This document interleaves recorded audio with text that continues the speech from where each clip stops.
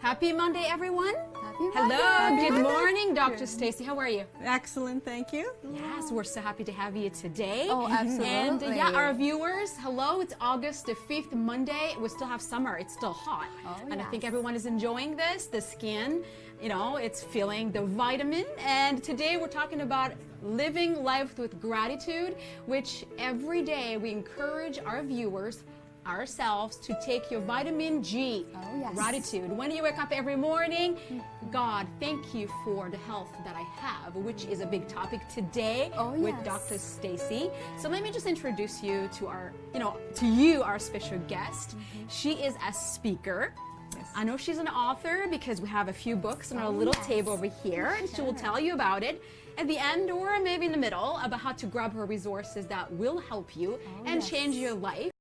And she is an author of a wonderful book that we have here, Heal Your Health. And the way she explains it is naturally to help your mind, your body, and your spirit. And I think you find a line in between, and let's call it a balance. I think you are done as far as being a whole, a person who is healthy in all aspects. So we are going to ask Dr. Stacey to introduce herself because I just told you all the wonderful things about her, but we want to hear from you, Dr. Stacey. Well, thank you so much. I am so blessed to be here and so grateful, as you mentioned. Gratitude goes a long, long way. I am Dr. Stacey Cooper. I'm a health and wellness expert. I'm a fourth-generation chiropractor, and my great-grandfather started the practice in 1912. And through the course of my practice, I then expanded my knowledge base and my services to incorporate not just physically being with my patients in my office, but also being able to provide valuable tools and resources for nourishing your mind, body, and spirit naturally. And 5 years ago, I created my online business, Lifestyle Balance Solutions. So that's me in a nutshell.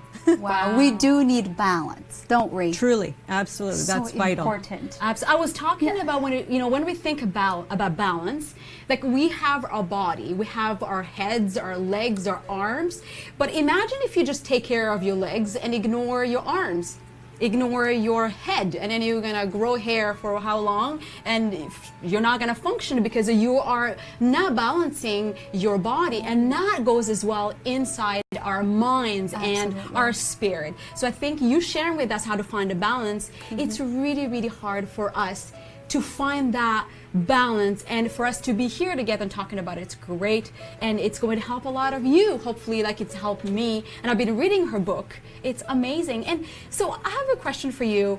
I know in your book or your interviews, I heard that you had a journey, your own journey of your health. What have you learned from it, and how can our viewers learn from you as well about it? Life is all about learning, right? And when you stop learning, life is over. Absolutely. So long as you learn from those experiences and take something from it and step up to the next level, that is the purpose, and that's the life lesson that life provides for you. So through the course of my journey, what I learned was self-love is truly the basis for everything. And just like you were talking about, oftentimes we're doing so much for others and we're not sure where to begin in regards to claiming our health back. If you don't put time for yourself, then that is when you run into depletion. You become exhausted, frustrated. You're not living a life that you love, and you are not balanced.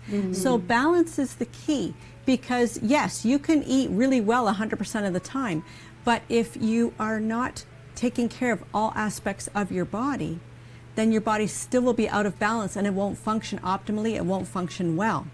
And so what I learned was taking that time for self-care is not selfish, it's the complete opposite. Absolutely. Because when you're taking care of yourself, you're actually then able to give everyone else so much more of yourself, because you've had the opportunity to re-energize your batteries. You know what? Talking about taking care of yourself, you just reminded something. Last year, of course, most of our viewers, family and friends, you know, I talk a lot about my husband's accident last year. So I found myself in the hospital for 2 months, you know, sleeping in that chair, and uncomfortable chair. But within 3 weeks, a month, I start noticing some stress in my body because I did not have enough, of course, sleep. And eating was terrible. I was eating Tim Hortons sandwiches and all these bread and things I was not used to. I'm the kind of person who cooks at home, real meals. So I actually said, unless I start taking care of myself, I cannot even take care of my husband. That's absolutely correct. And I started getting stressed, mentally, everything went under the water. So you're so right. We have to take care of ourselves so we can take care of others. Take care of others. Exactly. And that was the situation, right? There comes a point in life where something gets in your way, life gets in your way, and you're distracted, you're diverted, you are doing for everyone else because we've been taught that's what you're supposed to do for everyone else. But what happens is then you're just run ragged. Right? You're not taking care of yourself, you're not eating well, you're not sleeping well, you're not exercising, you're staying stationary, you didn't have much place to go or roam or use your muscles, and your whole entire system, your mental well-being and your whole health and vitality went pew.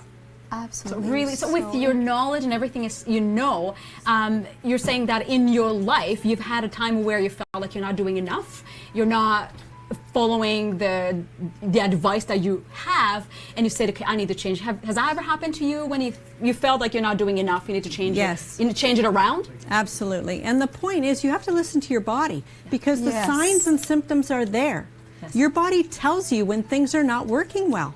So oftentimes you just ignore it. You sweep it under the carpet. You say, oh, it'll go away on its own. Well, it didn't get there on its own, so it can't go away on its own. So you really need to listen to your body and pay attention and find the tools and resources that work for you to get your life back on track and reclaim your health because it's completely doable. Absolutely. You know what I loved in one of your interviews is how, it goes in one end and sure, it goes out to another end, but what happens in between, it's what most of us people, we are so oblivious, we don't understand, we don't even want to, we don't even care, but it is so important to know what happened between here and there. Yes. So tell us a little bit about what should we know? This is a little thing or two. That's the whole point why I wrote Heal Your Health. Can read that book. Yes. Yes, grab that book.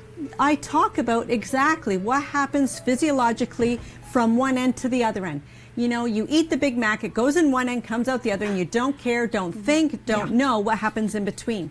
The point is, there are so many processes that are so vital as to what happens in between. Yes. And when you understand what your body does with what you're providing, then it's so much easier to make your choices because then I show you how to swap out those bad fuels for great healthy fuels, but you understand why. So then your motivation is coming from within because if you eat this thing, it's going to take you here. If you eat this thing, it's going to take you here. And if you know you want to end up here, then it's so much easier to stick to that plan.